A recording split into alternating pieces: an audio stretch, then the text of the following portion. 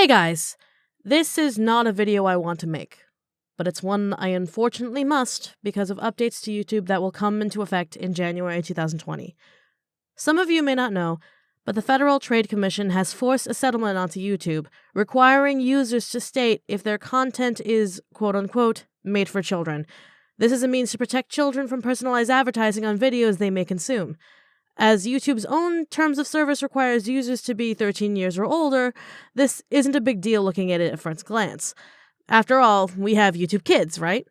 However, as a way of letting parents make YouTube babysit their children, the FTC is now placing content creators responsible for what children watch on their parents' devices.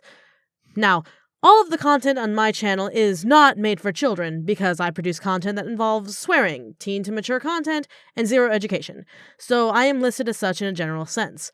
Anyone who comes to my channel knows this. YouTube is already aware of this, which is why I'm still a partner. However, according to the FTC, even if I mark my channel as not for children, they can manually flag my content as for kids if any of my videos attract children, such as having cartoon animations, using specific slang, and other nonsensical reasons. On top of that, if they manually flag my video as for kids, and I have labeled it as not, they can fine me $42,000 for mislabeling my own content. And it's not just one fine per channel, it's $42,000 per video. See the problem here? Even if I correctly label my videos, the FTC can claim that I mislabeled them if they think my videos attract children and fine me for mislabeling my own damn content.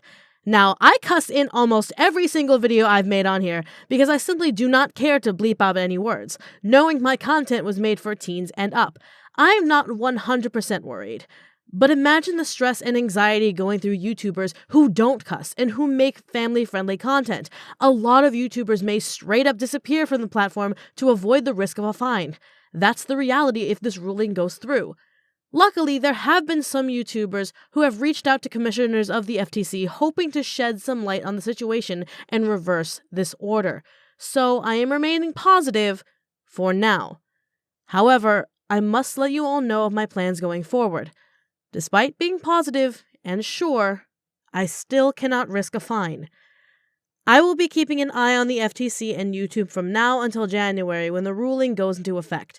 If the FTC reverses the ruling, then there will most likely be nothing to fear. If it is not reversed by 2020, then I will unfortunately have to demonetize my entire channel for safety.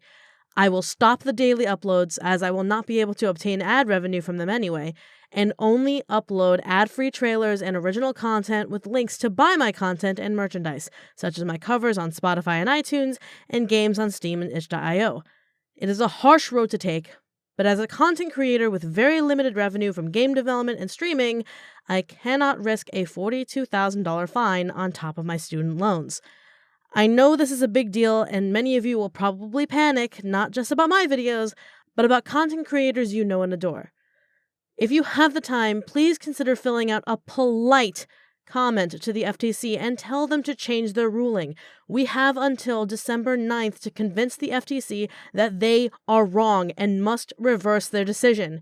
Too many lives are at risk because this rule will not protect children like they think. Make parents be responsible for what their children consume. Do not place that responsibility on creators.